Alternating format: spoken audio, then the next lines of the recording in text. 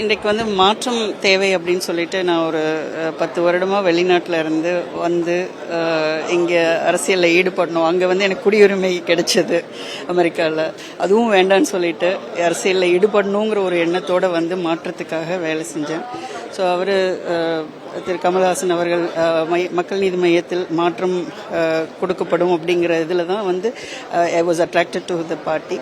So definitely அவர் எல்லாமே try பண்ணணும். ஸோ இந்த எலெக்ஷனில் அவங்க வந்து கண்டெஸ்ட் பண்ணலன்னு எடுத்த முடிவு எலெக்ட்ரல் பாலிட்டிக்ஸ் இல்லை அப்படின்னு சொன்னது வந்து எனக்கு உடன்பாடு இல்லாத காரணத்தினால நான் வந்து ஒரு மாற்று தேவைப்பட்டது எனக்கு. ஸோ அதனால தான் இங்கே இருக்கேன் பாரதிய ஜனதா பார்ட்டி.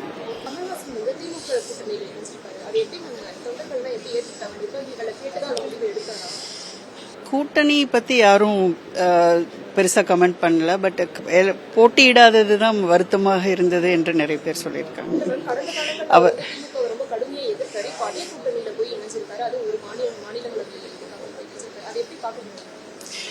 இல்லை, அது ஒரு அரசியல் நிகழ்வுகள் நடக்கிறது தான் இயற்கை. ஸோ அந்த மாதிரி ஒரு சேஞ்ச் அவர் நினைச்சது, அவருடைய நிலைப்பாடு, அவருடைய அட்வைசர்ஸ் சொன்னதை வச்சு இது செலக்ட் பண்ணியிருக்காரு.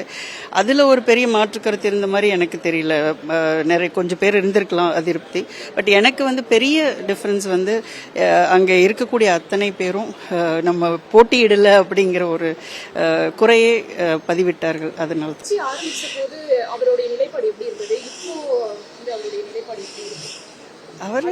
அவருடைய vision for the leadership and party தவறு சொல்ல முடியாது. இன்றைக்கும் அதே மாதிரி தான் இருக்காரு. அவருடைய நிறைய விஷயங்கள், நல்ல விஷயங்கள் இருக்குது. ஸோ அதெல்லாம் நம்ம ஒன்றும் சொல்ல முடியாது. பட் இந்த நிலைப்பாடு எடுத்திருக்கிறதுனால எங்களுக்கு அதில் உடன்பாடு இல்லை, அவ்வளோதான். செய்திகளை உடனுக்குடனும் துல்லியமாகவும் தெரிந்து கொள்ள சப்ஸ்கிரைப் பண்ணுங்க.